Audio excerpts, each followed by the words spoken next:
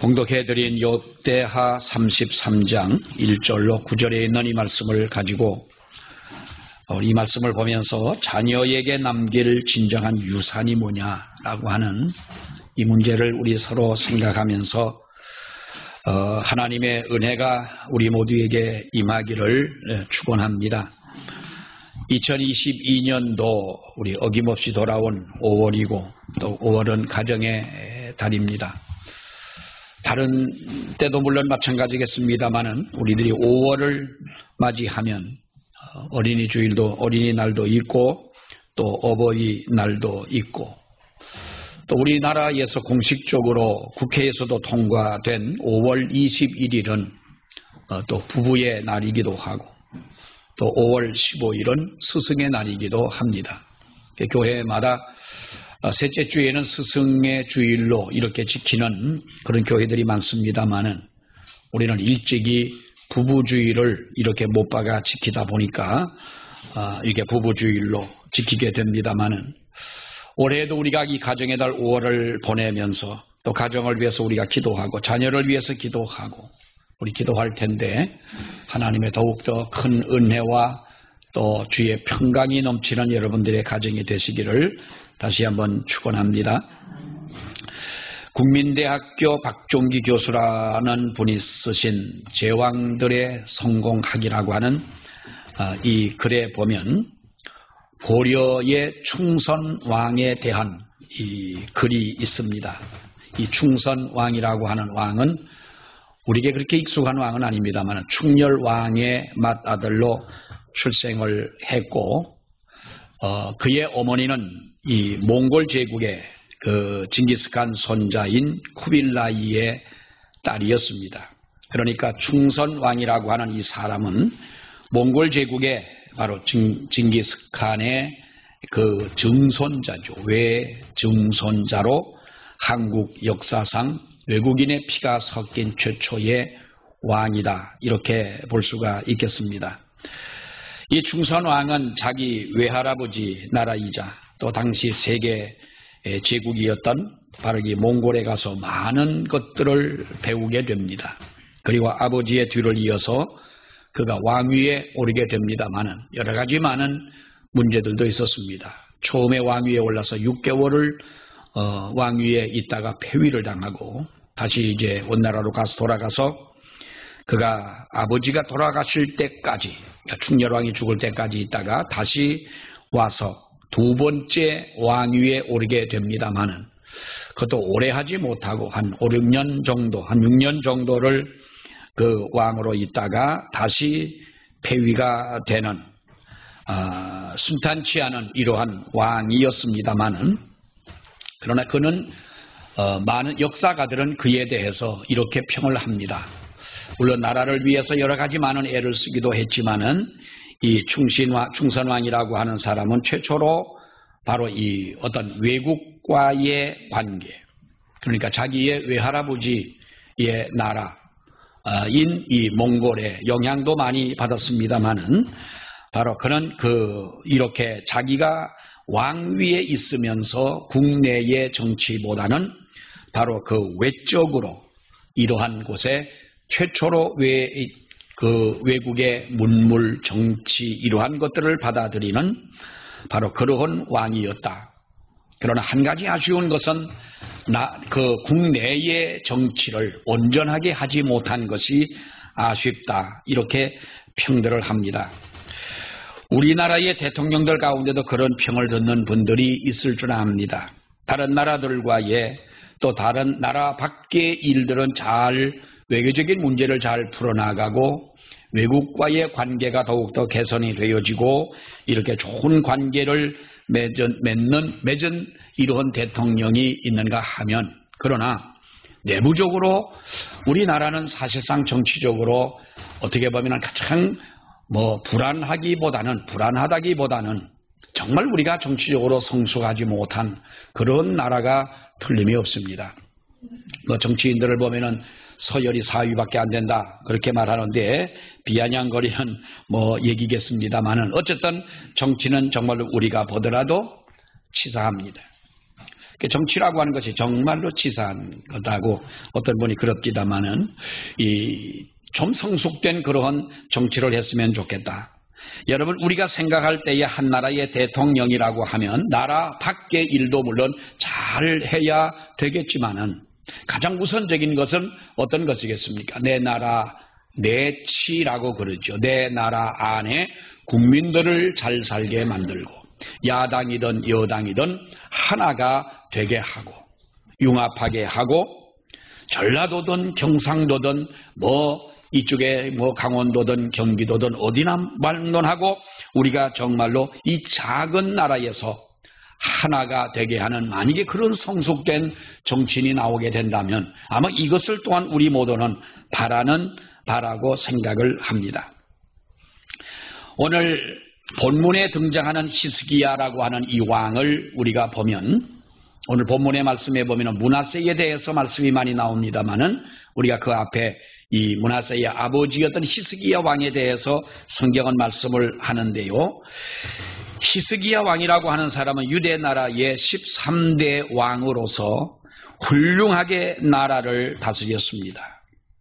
아주 훌륭하게 나라를 다스리고 종교적으로도 보더라도 하나님이 보시기에 정직하게 행하는 그런 왕이었다라고 평을 들을 만큼 정말 그는 모든 우상의 제단을 다 헐어버리고 하나님 앞에 종교의 개혁을 이룬다 할 만큼 훌륭한 일을 한 왕이었습니다마는 그러나 그는 아버지로서 가정적인 일을 잘하지를 못했다라고 하는 바로 이렇게 우리는 평을 해야 될 줄로 압니다.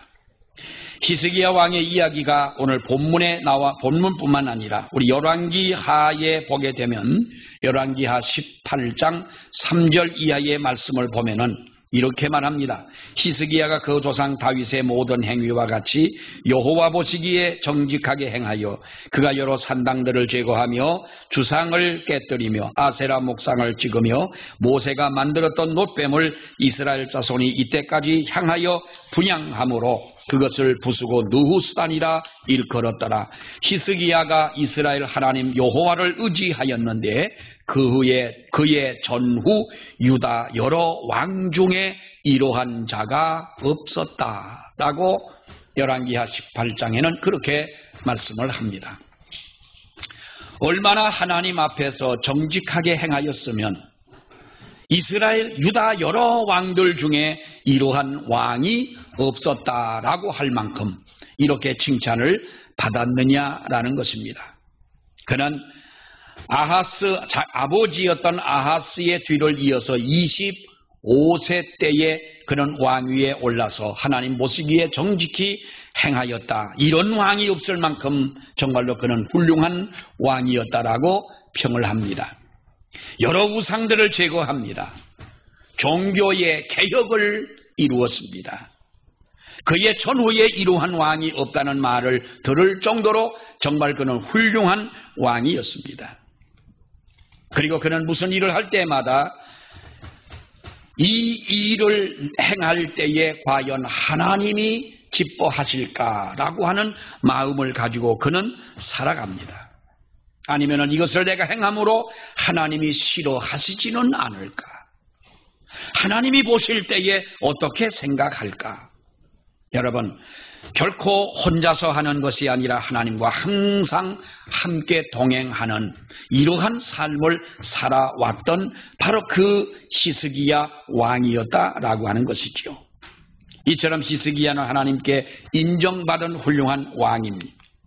여러분, 그런데 그가 하나님께만 인정받은 것이 아닙니다. 역대하 32장에 보면은 모든 백성들로부터도 그는 존경을 받은 사람이라고 하는 거예요. 히스기야가 그의 조상들과 함께 누움에 온 유다와 예루살렘 주민이 그를 다윗 자손의 묘실 중 높은 곳에 장사하여 그의 죽음에 그에게 경의를 표하였더라. 그 아들 므낫세가 대신하여 왕이 되니라 라고 역대하 32장 앞에 보면 33절에 그렇게 말씀을 합니다. 히스기야 왕이 죽으니까 유다와 예루살렘 주민이 그를 장사 지낼 때에 다윗의 묘실 중에서 가장 높은 곳에 장사를 했다라고 하는 것은 여러분 무엇을 의미합니까? 히스기야는 왕 중에 왕이라는 거예요. 다윗 왕실의 다윗 자손들의 묘실 중에서도 가장 높은 곳에 장사를 지냈다는 거예요. 여러분, 사람이 세상을 떠나고 나면 그 사람에 대한 진정한 공정한 평가가 나오게 됩니다. 그 사람이 살아있을 때는 뭐 보복이 두려워서라든지 아니면은 그 사람에 대해서 어쩌면 피해가 가지 않도록 하기 위하여 공정한 평가를 하지는 않습니다. 그러나 그 사람이 죽고 난 후에는 공정한 평가를 하게 되지요. 그 사람이 살았을 때에 잘한 점, 못한 점을 공정하게 이야기를 할 수 있다는 것입니다. 히스기야가 죽고 난 살아있을 때에도 하나님 앞에 인정을 받은 사람이라고, 훌륭한 왕이라고, 종교의 개혁을 이룬 사람이라고, 모든 우상을 다 타파한 왕이라고 이렇게 칭찬을 받았고, 왕 중에 이런 자가 없었다고 인정받은 이 사람이었고, 죽은 후에도 모든 사람들이 다윗 자손의 묘실 중에 가장 높은 곳에 장사를 하였다 할 만큼 모든 사람에게 그는 바로 인정을 받은 사람이었다라는 것이지요.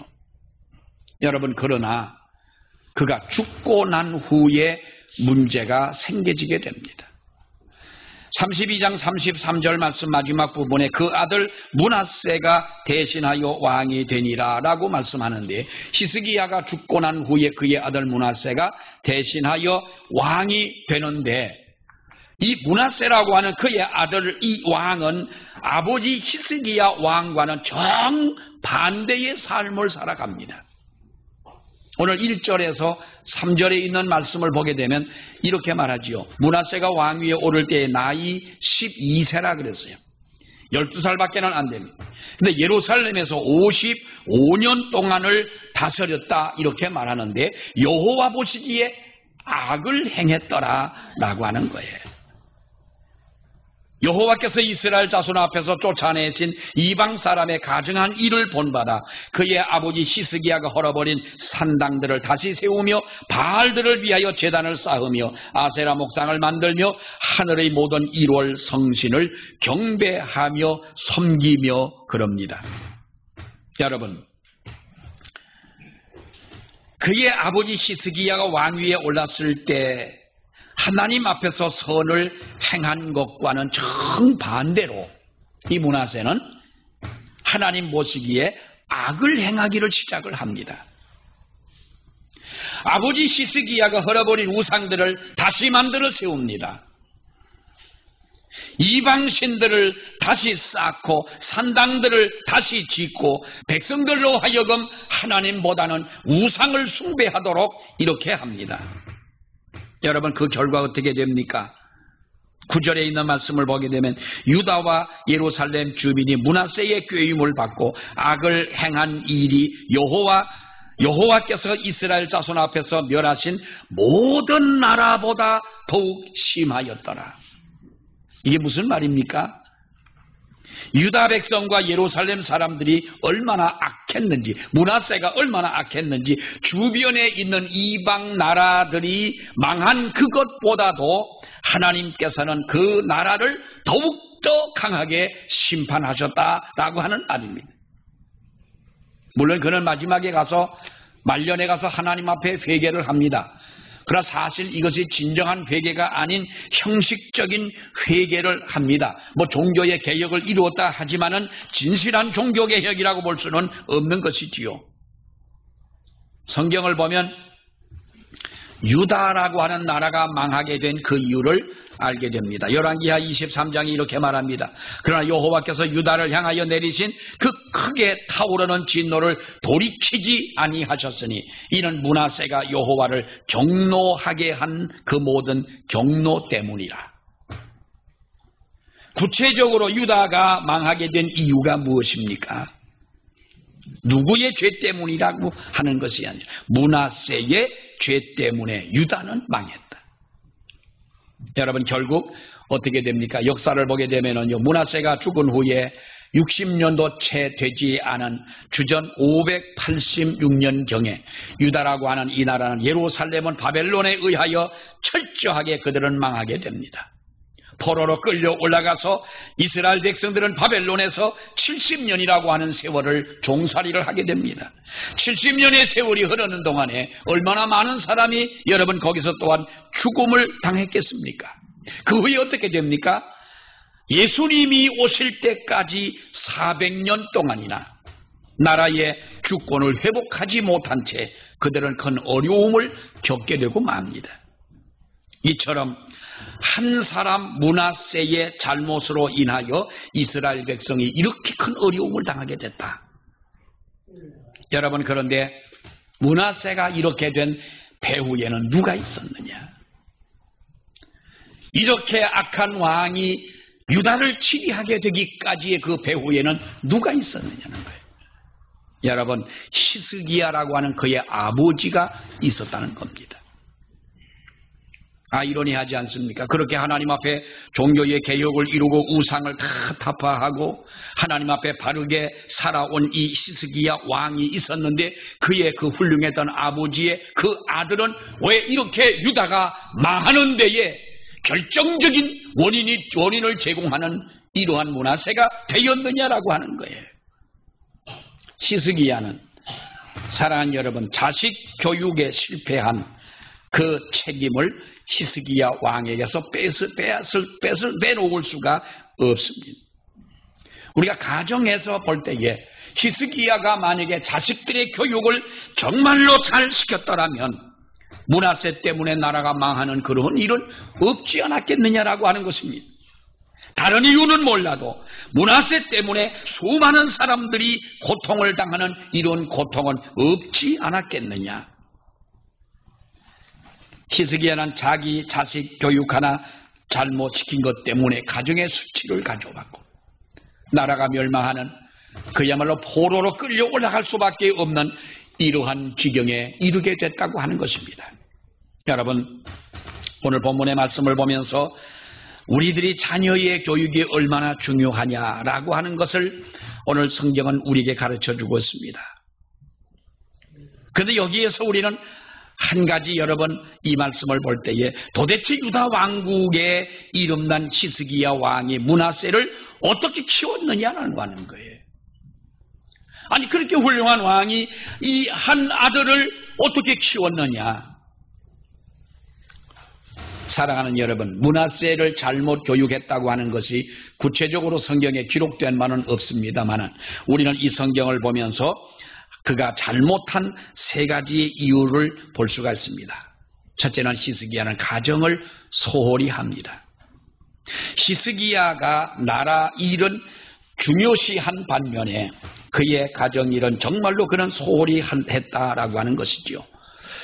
왕위에 오를 때의 나이가 25살밖에는 되지 않은 어린 나이입니다. 유다의 나라의 왕위에 올랐을 때의 주변의 정세가 매우 급하게 돌아가는 이러한 시기였습니다. 서쪽으로 보면 블레셋이 있습니다.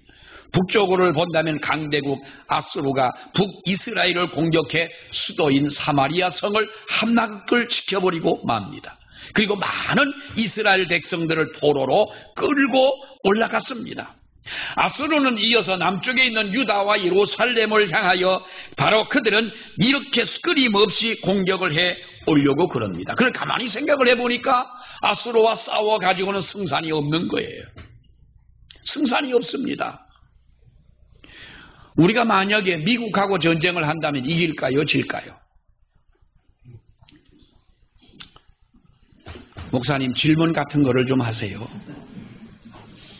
그걸 질문이라고 하세요. 물어본다고 물어보시는 거예요. 나도 고집이 있지요. 누가 이길까요? 뭐 싸워봤자 아마 몇 시간 내에 우리는 아마 깨지고 말 것입니다. 이 히스기야가 가만히 생각을 해보니까 아수르하고 싸워가지고는 승산이 없습니다.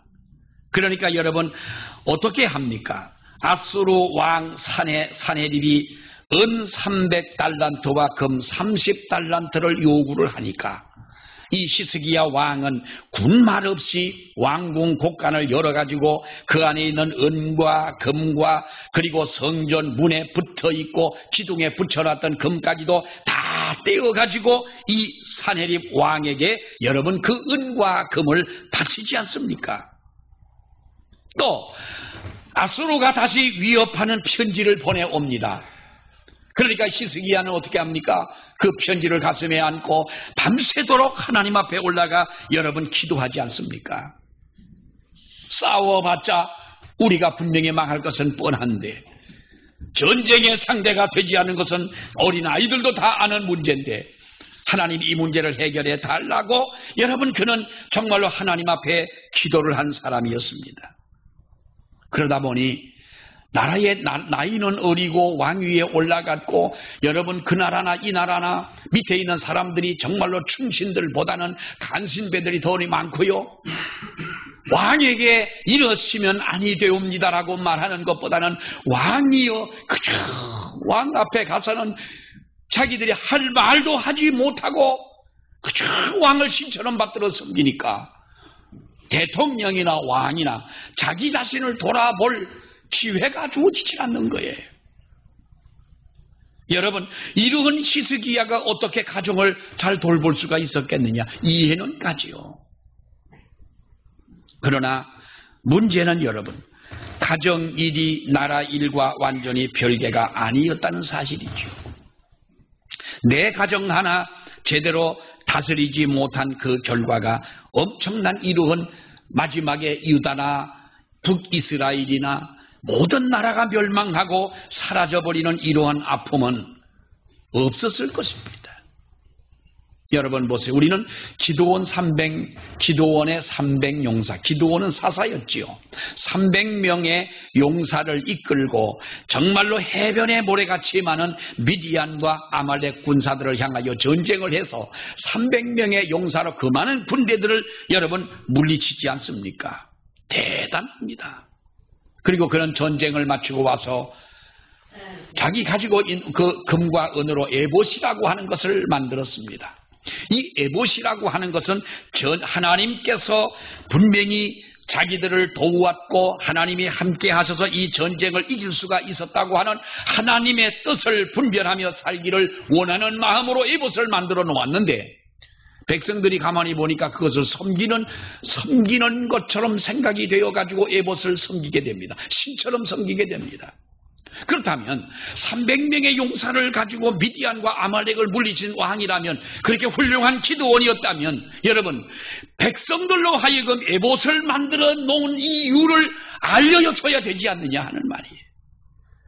이것은 우리가 섬기는 것이 아니라 하나님의 뜻을 분별하며 살기 위하여 내가 기념으로 만들어 놓은 것이라고 알려줬어야 되지 않느냐 하는 거예요. 기도원의 말로가 어떻게 됩니까 여러분? 우리가 히스기야 왕처럼 사사 기도원처럼 밖에 일은 열심히 잘하면서도 내 가정을 돌아보지 못하는 이러한 사람들, 어떤 사람들은 그럽니다. 형사를 하려면 집에 돌아갈 날이 정말로 많지 않죠. 어떤 때는 한 달에 한 번도 들어가고 길면은 몇 달 동안 집에도 못 들어가는 뭐 그런 일도 비일비재합니다마는 어쩔 수 없이 도둑놈을 잡아야 되고 강도를 잡아야 되기 때문에 그렇게 하지만은 여러분 가정적으로 본다면 참 우리가 볼 때에 그것은 바람직한 일은 결코 아니라는 거지요. 우리가 내 가정을 위하여 하나님 앞에 어떻게 살아야 되겠느냐는, 저는 어느 날 가만히 생각을 해보면 5월을 맞으면서 가정에 대한 설교를 주로 하지 않습니까? 오늘 어린이 주일 설교, 다음에는 뭐 부모를 어떻게 공경해야 되고 부부는 이렇게 살아야 되고 설교를 하지만 참 설교하기에는 부담감 없이 해야 되는데 가정에 대해서 과연 내가 이렇게 자신 있게 말할 수가 있느냐 하는 그런 어떤 부담감이 마음속에 있어요. 남들 뭐 잘하는 것이 내가 뭐가 있겠어요? 부모님을 생각하면 부모님을 생각하는 대로, 자식들을 생각하면 또 그대로, 부부의 관계는 부부의 관계대로, 사람과의 인간과의 관계는 인간과의 관계대로 정말 우리가 다 잘할 수는 없지만은 분명한 것은 여러분 가정을 소홀히 해서는 안 된다는 거예요. 믿음으로 특히나 믿음을 가진 우리들은 가정을 소홀히 해서는 영적으로 가정을 소홀히 해서는 더더욱 안 될 줄로 믿습니다. 또 하나는 자식을 제대로 가르치지를 못했습니다. 25세의 왕이 돼서 14년 동안 나라를 다스리다가 그러니까 39살이 되었을 때에 히스기야는 죽을 병에 듭니다.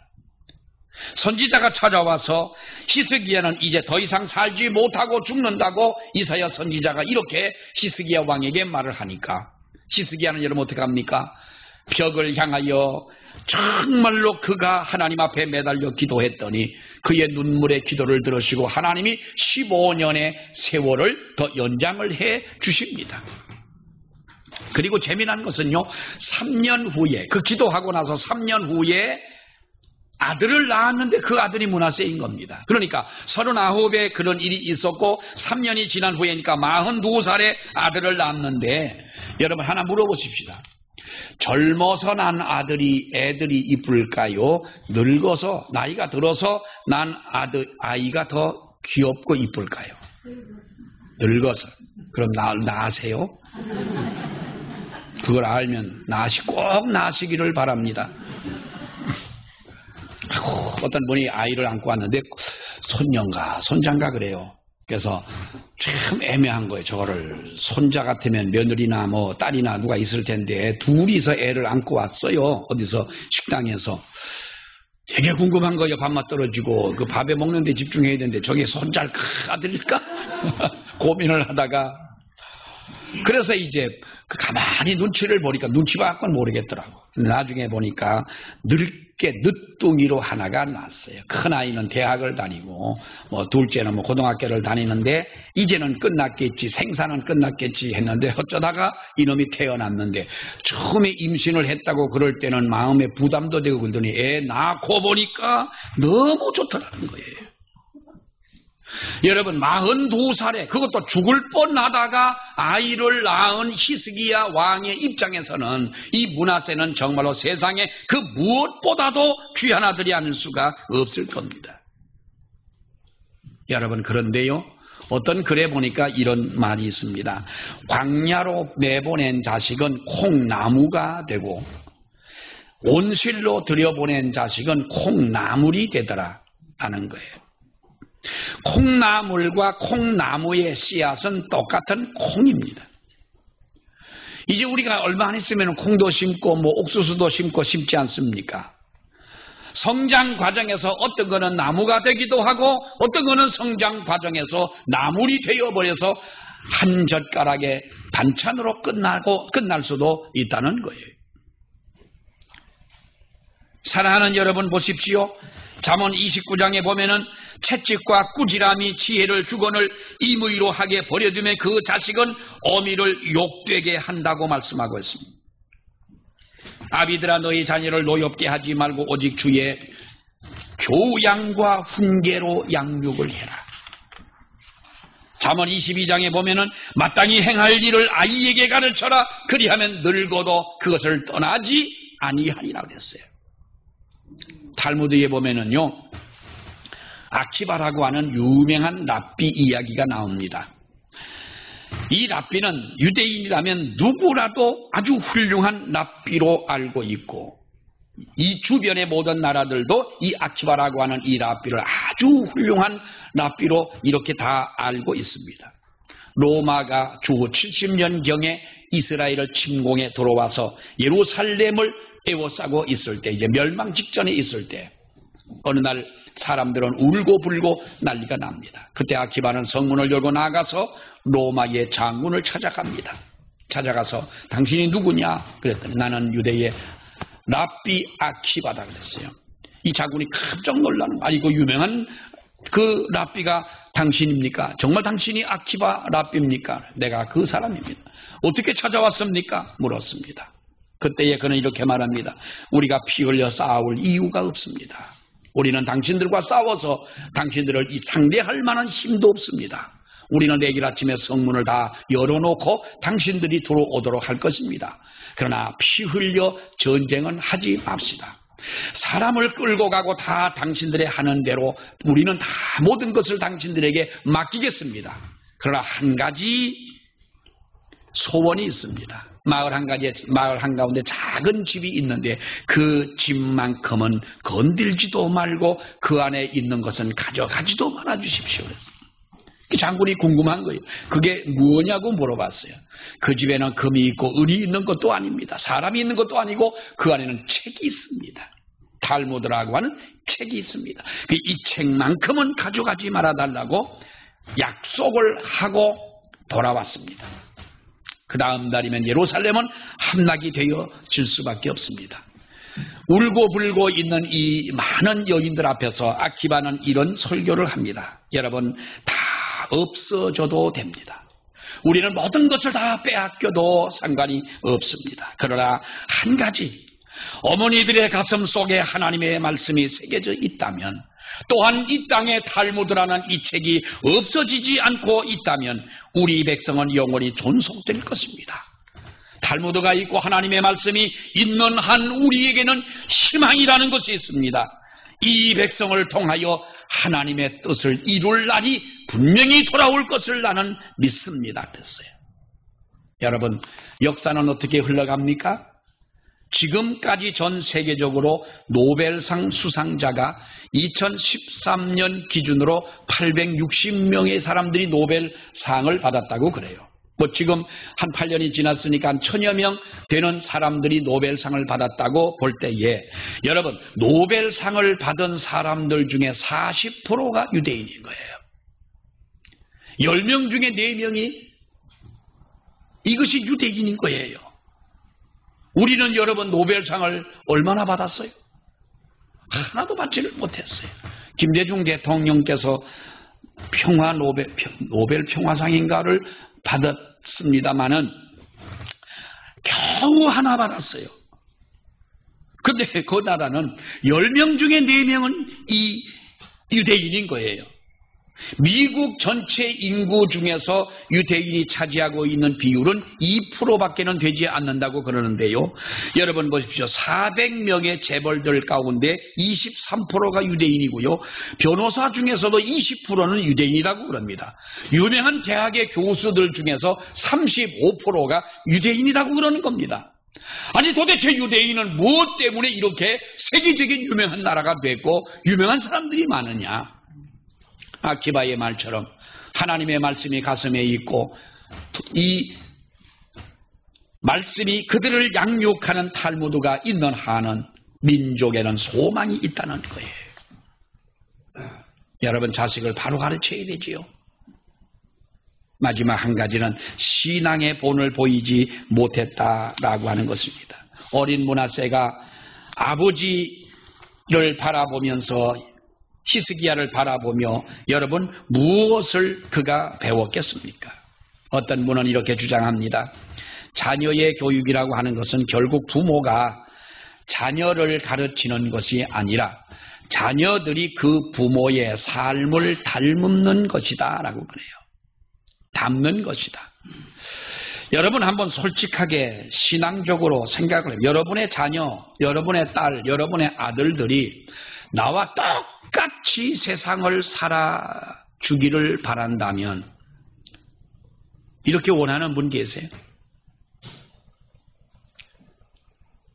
이놈 자식들아 나만큼만 살아줘라. 이거 좀 어떤 면에서는 좀 교만스러운 표현이기도 하겠지만은 물론 부모님처럼만 살아줘도 성공적이지만은 여러분 그러나 우리 부모의 입장에서는 어떻습니까? 나보다 더 훌륭한 자식이 되어주기를 바라고 더 모든 사람들 앞에서 쓰임받는 사람이 되기를 원하는 것이 우리들의 마음이 아니겠어요? 자녀의 교육이라고 하는 것은 내가 무엇을 가르치는 것이 아니라 자식이 부모의 삶을 담는 것이다라는 거지요. 앞에서도 얘기했습니다만 탈무드에 이런 얘기가 있습니다. 어떤 사람이 헌 옷 가게에 들려가지고 외투를 하나 샀는데 집에 와가지고 외투를 사가지고 이렇게 주머니를 보니까 주머니 속에 보석이 하나가 들어있는 거예요. 여러분 같으면 이게 누구 거예요? 갈등이 생기지요. 뭐 보석 그 중고 옷가게도 이 사람의 그 주인 것은 분명히 아닐 것이고 이 옷은 내가 샀으니까 주머니 속에 들어있는 보석이야 뭐 이것은 내 거나 다름없지 않냐.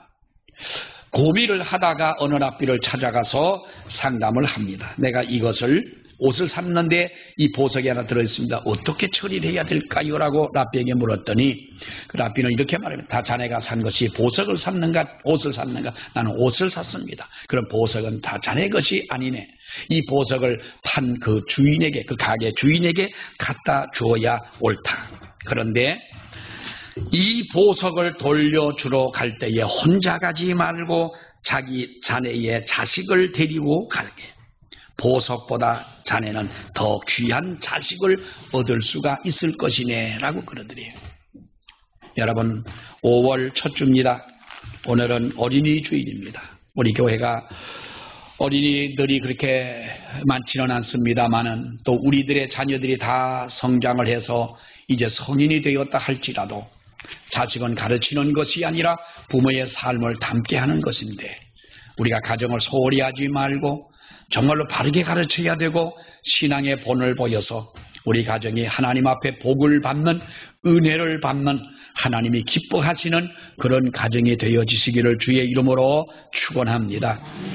기도하겠습니다. 하나님 은혜 감사합니다. 오늘 가정의 달 5월을 맞아서 또 첫 주일로 이렇게 어린이 주일을 하나님 앞에 지킵니다. 아버지여 히스기야가 나라의 정치는 잘했고 또 외교적인 그러한 모든 일들에게는 빈틈없이 잘 행했지만은 늦게 낳은 아들 하나 제대로 가르치지 못한 교육하지 못한 것 때문에 엄청난 죄를 범하고 이스라엘이 멸망을 당하며 마지막에는 바벨론에 끌려 올라가 70년의 어두운 세월을 보내야 했고 정말로 말할 수 없는 그 고통 속에 살아온 그들의 역사를 저희들이 아버지여 보았습니다. 하나님 우리가 영적으로 믿음으로 가정을 소홀히 하지 않도록 붙잡아 주시기를 원합니다. 우리들의 자녀를 바로 잘 가르칠 수 있도록 은혜 주시기를 원합니다. 그리고 신앙의 본을 보이며 살아가는 우리가 되게 해주셔서 우리를 바라보며 살아가는 우리의 자녀들이 세상의 곁길로 나가지 아니하며 아버지 앞에서 귀하게 쓰임을 받는 하나님의 귀한 성도들의 가정이 되게 하여 주시옵소서. 예수님 이름으로 기도하옵나이다. 아멘.